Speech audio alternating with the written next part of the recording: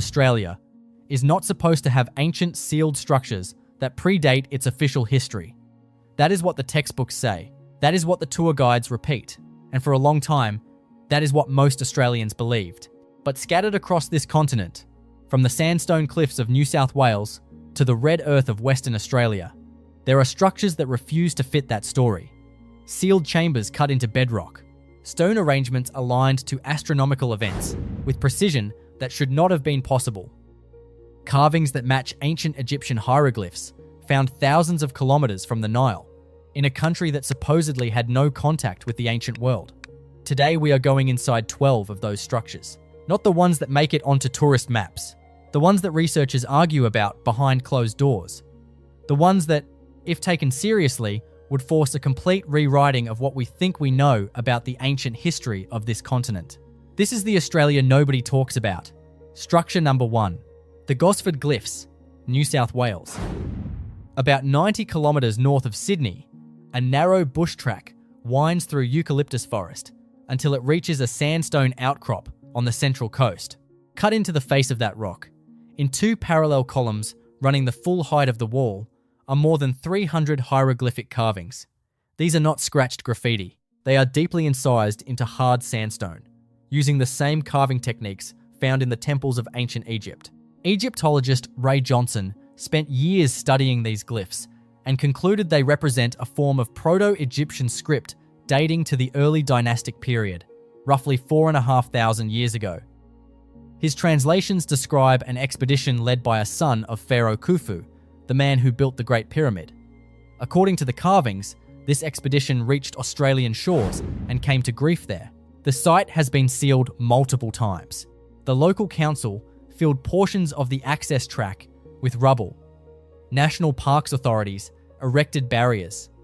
Researchers who have attempted formal surveys describe bureaucratic obstacles that appear deliberately placed. What makes the Gosford glyphs impossible to dismiss is that the sandstone shows weathering consistent with extreme age, not modern forgery. The carvings sit in a gully that floods seasonally. The erosion patterns match thousands of years of exposure to the Australian climate. Nobody has provided a satisfying explanation for how they got there, and the agencies responsible have shown no urgency in providing one. Structure number 2, the Gympie Pyramid, Queensland. Drive north from Brisbane for 2 hours and you reach Gympie, a town best known for its gold rush history. But on the outskirts, on a privately owned hillside most visitors never find, there is a stepped stone structure that has caused more controversy than almost any archaeological site in Australia. The Gympie Pyramid is a terraced construction built from shaped stone blocks, rising in distinct levels up the side of a hill. Documented by local historian Dal Walker in the 1970s, after aerial photography revealed its outline beneath surrounding vegetation, subsequent ground surveys confirmed the terraces are constructed, not natural geological formations of the hillside. Comparisons have been drawn to terrace structures in Indonesia and Southeast Asia, where ancient pyramid-like constructions have been dated to periods predating known civilizations in the region. The construction style at Gympie shows similarities to ancient Javanese temple architecture, leading some researchers to propose ancient maritime contact between Southeast Asia and Australia that official history does not acknowledge. The structure has been partially cleared on several occasions, only for the land to be sold and access restricted again. A developer purchased the property in the early 2000s. Formal survey requests were denied. Part of the structure was damaged during subsequent earthworks. The stone itself cannot be explained away. The blocks are not local sandstone. They are a different geological composition brought to this hillside from elsewhere. Someone arranged them in these terraces, and whoever that was, they have no place in the official history of Queensland. Structure number 3, Wurdi Yuang, Victoria. About 50 kilometres west of Melbourne, near the town of Little River, there is a stone arrangement that has been dated with growing scientific confidence to more than 11,000 years ago. That would make Wurdi Yuang one of the oldest astronomical observatories on Earth, predating Stonehenge by several thousand years. The site consists of more than 90 basalt stones, arranged in an egg-shaped formation approximately 50 metres across. The arrangement aligns to the setting sun at the summer and winter solstices, and to the equinoxes, with accuracy that requires sustained, sophisticated astronomical observation accumulated across many generations of careful study. Dwayne Hamaker, of the University of Melbourne, working with members of the Wathaurong Aboriginal community, has documented these alignments in peer-reviewed published research. The science is not disputed. The structure is real, the precision is real, the age is real, and yet Wurdi Yuang remains largely sealed from public interaction. The site sits on private farmland. Access is restricted. The surrounding landscape, which would reveal whether Wurdi Yuang was part of a larger astronomical complex, has not been fully surveyed. Whoever built this structure understood the movements of the sun across the Australian sky with extraordinary precision, and they encoded that knowledge in basalt stone that has endured for 11 millennia. That knowledge was not acknowledged in the official account of Australian prehistory until the 21st century. Structure number 4. The Wandjina figures. Kimberley region, Western Australia. In the Kimberley region of Western Australia, on the walls of sandstone caves, accessible only by helicopter or days of walking through remote country, there are painted figures unlike anything else in human art history. The Wandjina are depicted with large oval heads, enormous dark eyes, and no mouths. Radiating lines surround their heads like halos or structured headgear. Their bodies appear to wear shaped garments with defined collars. They are not stylized in the way of most ancient rock art. They are precise, deliberate, and to many observers who have studied them, unsettling in their detail. The caves containing the most significant Wandjina galleries are sealed from unrestricted access. Behind several galleries, researchers who have been granted permission have documented sealed passages leading deeper into the sandstone cliff systems. These passages have not been excavated. Their extent is unknown. The figures themselves date to at least 5,000 years ago, with some geological analyses suggesting considerably greater age. Ancient Ngaranyin, Wunambul, and Wurrura oral tradition identifies the Wandjina as sky beings who came from above and shaped the land and its laws.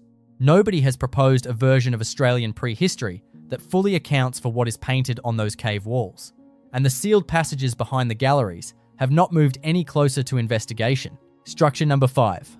The sandstone tunnels of the Sydney Basin, New South Wales. Sydney sits on a massive platform of Hawkesbury sandstone, and beneath that rock, human activity has created an underground world that most residents of Australia's largest city know nothing about. In the northern suburbs, across areas including Terry Hills, Duffy's Forest, and the escarpments above Narrabeen Lagoon, local bushwalkers and independent investigators have documented carved sandstone passages that appear on no official map. These passages contain no paintings and no engravings. What they contain is evidence of systematic excavation using tools, with marks inconsistent with the stone implements of pre-contact Aboriginal material culture. Several passages lead to chambers of significant size. Some have been sealed with concrete blocks of obvious recent origin, placed not to preserve the structure, but to prevent entry. Others are partially collapsed in ways that suggest deliberate disturbance. The fills in some passages are geologically recent, but the passages themselves are not. Natural caves in Hawkesbury sandstone do form, but they do not produce rectangular passages with flat floors and vertical walls. The passages documented in the Sydney Basin are shaped by design. They are the product of deliberate excavation by hands that understood what they were doing. Who excavated them, and when, is recorded nowhere in the official history of the region. Structure number 6. The Undara lava tubes, Queensland. About 250 kilometres south of Cairns, in far north Queensland, the Undara Volcanic National Park contains one of the longest lava tube systems on Earth, formed approximately 190,000 years ago. The scale is difficult to comprehend until you stand inside a passage large enough to hold a 3-story building and realize the tunnel extends for kilometers in both directions. The tubes open to the public have been surveyed and documented. What is less frequently discussed are the portions of the Undara system that remain physically sealed. Geophysical surveys conducted in the 1990s identified tube sections that do not connect to the known cave network. Some sealed sections show anomalous internal formations inconsistent with the standard geological model of lava tube evolution. The anomalies are not explained by the current scientific literature on the Undara system. Aboriginal oral traditions of the region describe the tube systems as places where ancestral beings left objects and knowledge for future generations. These traditions are specific enough to reference particular sealed sections by location, and those locations correspond to the areas the geophysical surveys identified as anomalous. The sealed portions of Undara have not been opened. What the radar readings represent, and what relationship they bear to Aboriginal traditions that have preserved knowledge of this landscape for tens of thousands of years, remains officially unanswered. Structure number 7. The Murujuga Engraving Complex, Western Australia. On the Burrup Peninsula in the Pilbara region of Western Australia, there is the largest collection of ancient rock engravings on Earth. More than 1 million individual petroglyphs cover the red granite boulders of Murujuga, depicting animals, human figures, and symbols that researchers have studied for decades without reaching consensus on their full meaning. Some of these engravings have been dated, through analysis of desert varnish covering their surfaces, to as many as 40,000 years ago, placing them among the oldest surviving examples of human artistic expression anywhere in the world. But beneath the surface of the Murujuga complex, ground-penetrating radar surveys have identified subsurface anomalies beneath multiple engraving sites. These anomalies are consistent with chambers, or enclosed cavities, located several meters below the current ground surface. Their relationship to the engravings above them is unknown. Industrial development on the Burrup Peninsula, including the construction of petrochemical facilities, has proceeded in close proximity to these sites for decades. Documented emissions from industrial operations accelerate the deterioration of the rock varnish that preserves the ancient carvings. Engraved boulders have been relocated to make way for infrastructure. The subsurface anomalies identified by radar have not been excavated. Whatever sealed chambers lie beneath the most significant ancient art site in the world may be destroyed before they are ever opened. Structure number 8. Koonalda Cave, South Australia. The Nullarbor Plain stretches across southern Australia in apparently featureless limestone grassland for hundreds of kilometres. Beneath it is a different world entirely. The Nullarbor is riddled with cave systems, and the deepest of them, Koonalda Cave, was used by Aboriginal people for tens of thousands of years. Koonalda Cave extends 200 metres below the surface of the plain. Its walls carry finger fluting, ancient designs made by dragging fingers through soft cave limestone, dated to at least 24,000 years ago. The people who made these marks descended into complete darkness, 200 metres underground, carrying fire, for purposes that were clearly important to them. The deepest passages of the cave system narrow and descend beyond the point where standard equipment allows safe progress. These passages have not been mapped. Their full extent is genuinely unknown. Aboriginal oral tradition associated with the Nullarbor references specific chambers within the deep cave systems that were sealed by ancestral beings and are not to be opened by ordinary people. These traditions are consistent across the communities that hold them and specific in their references to depth and location. The combination of documented ancient human presence, clear evidence of ritual use of the deepest passages, and unmapped sealed sections further in the system has not prompted formal investigation. Structure number 9, Baiame Cave, New South Wales. In the Wurdi Yuang National Park, northwest of Sydney, inside a sandstone escarpment accessible only on foot through dense remote bushland, there is a cave containing one of the most significant Aboriginal sacred sites in New South Wales. The main chamber holds a large painted figure of Baiame, the creator being of the Wurundjeri people, surrounded by painted symbols that encode a complete cosmological system in pigment on sandstone. What is less well known is the series of sealed passages that extend behind and around the main chamber. Early European visitors to the cave, whose accounts survive from the late 19th and early 20th centuries, describe chambers deeper in the sandstone system, containing paintings and carvings that were never fully documented before access became impossible. In several places, collapsed sandstone has sealed passages that were accessible to earlier explorers. Whether the collapse was natural, accelerated by visitor activity, or the result of any other cause has not been established. There are sections of the Baiame Cave complex that contain undocumented archaeological material. They are sealed. They have not been prioritized for investigation, despite decades of awareness among researchers who study this site. The painted cosmology of the Wurundjeri extends further into the Baiame sandstone than what has been recorded, and the sealed portion may contain things that would significantly change our understanding of this tradition. Structure number 10. The Mount Gambier Limestone Chambers, South Australia. Mount Gambier in South Australia is built on limestone, and beneath the city there is an extensive network of natural and modified cave systems connected to the famous Blue Lake, a volcanic crater lake whose water turns a brilliant cobalt blue each summer, in a colour change that science has not fully explained. Beneath the oldest parts of the city, in areas developed first by European settlers in the mid-19th century, sealed chambers predate European arrival. Local geological surveys conducted in the 1960s documented cavities beneath several blocks of the central city that were not natural formations. The geometry of these chambers, recorded in survey documents held at the South Australian State Records Office, shows evidence of modification. Walls had been smoothed beyond what water erosion of limestone produces.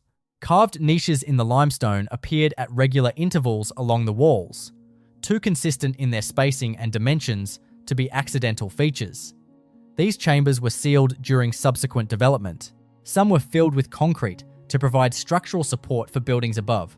Others were deliberately collapsed to eliminate subsidence risk beneath commercial properties. The survey documents remain in the archive, but the chambers they describe no longer exist in accessible form. What was held in those carved niches, and who cut them there before the first European settlers arrived at Mount Gambier, was never established before the chambers were sealed permanently beneath the city centre. Structure number 11. The Marree Man, South Australia. About 60 kilometres west of the outback town of Marree in central South Australia, there is a geoglyph so large it is only visible from the air. The Marree Man depicts a figure holding a throwing stick, drawn in a continuous scraped line across the Gympie Plain. The figure is 4 kilometres from head to toe, making it one of the largest geoglyphs on Earth. The Marree Man was discovered in 1998 by a charter pilot who noticed it during a flight over the region. No one has ever credibly claimed responsibility for creating it. The lines are scraped to a consistent depth across the entire 4-kilometre figure, with precision that is essentially impossible to replicate without aerial survey capability of some kind. Police investigation, media coverage, and decades of sustained amateur investigation have produced no credible answer for who made it, when exactly it was made, or how it was done, without leaving evidence of the machinery such a project would require. At the location corresponding to the figure's navel, investigators found a cairn of stones covering a sealed container. Inside were a photograph of an American flag and a plaque referencing figures from American popular culture. These items suggested to many observers a recent humorous origin, but the depth of the scraped lines, the scale of planning required, and the complete absence of any vehicle tracks approaching the site from any direction continue to resist that simple conclusion. The Marree Man remains in the desert, unresolved, visible to passing aircraft, and no closer to being explained than the morning a pilot first looked down and could not explain what he was seeing. Structure number 12. The Denham Soundstone Platform, Western Australia. Near the coastal town of Denham on the Shark Bay coast of Western Australia, in a region known for the living stromatolites of Hemlyn Pool, the oldest visible life forms on Earth, there is a submerged stone platform sitting on the floor of Denham Sound at a depth of several metres. The structure was documented by recreational divers in the 1990s and brought to the attention of researchers at the University of Western Australia. Initial assessment suggested a natural limestone formation. Subsequent investigation by marine archaeologists produced a more complicated picture. The platform shows tooling marks on its upper surface, consistent with deliberate shaping by hand tools. Blocks of stone have been arranged in configurations that are geometrically regular in ways inconsistent with natural deposition. The platform sits at a depth that would have been dry land during the last glacial maximum, roughly 18,000 years ago, when global sea levels were significantly lower than today. This would place the construction of the Denham Sound platform at a period predating any acknowledged human presence in the Shark Bay region by thousands of years, and would make it one of the oldest, deliberately built structures in the world. The University of Western Australia inquiry produced no definitive published conclusion. The platform sits on the floor of Denham Sound, neither confirmed nor dismissed, waiting for systematic funded investigation that never came. Australia is not supposed to have sealed ancient structures that predate its official history. The timeline is supposed to be settled. The past is supposed to be mapped and categorized in the history books. 12 sites tell a different story, from carved glyphs on the central coast to a submerged platform in Shark Bay, from the astronomical precision at Wurdi Yuang to the sealed sandstone passages beneath Sydney's northern suburbs, from the Wandjina galleries of the Kimberley to the carved niches beneath Mount Gambier's city centre. Australia holds striking physical evidence of a past that the official record has not accounted for. Some of these sites are being destroyed by development and neglect before anyone has the chance to understand what they are. The history of this continent is older, stranger, and far more layered than most people walking its streets or driving its highways realize. The sealed structures scattered across this continent are not fringe theories or curiosities. They are real physical things, documented by surveyors, researchers, pilots, and divers, waiting for a version of archaeology honest enough to ask what has been left out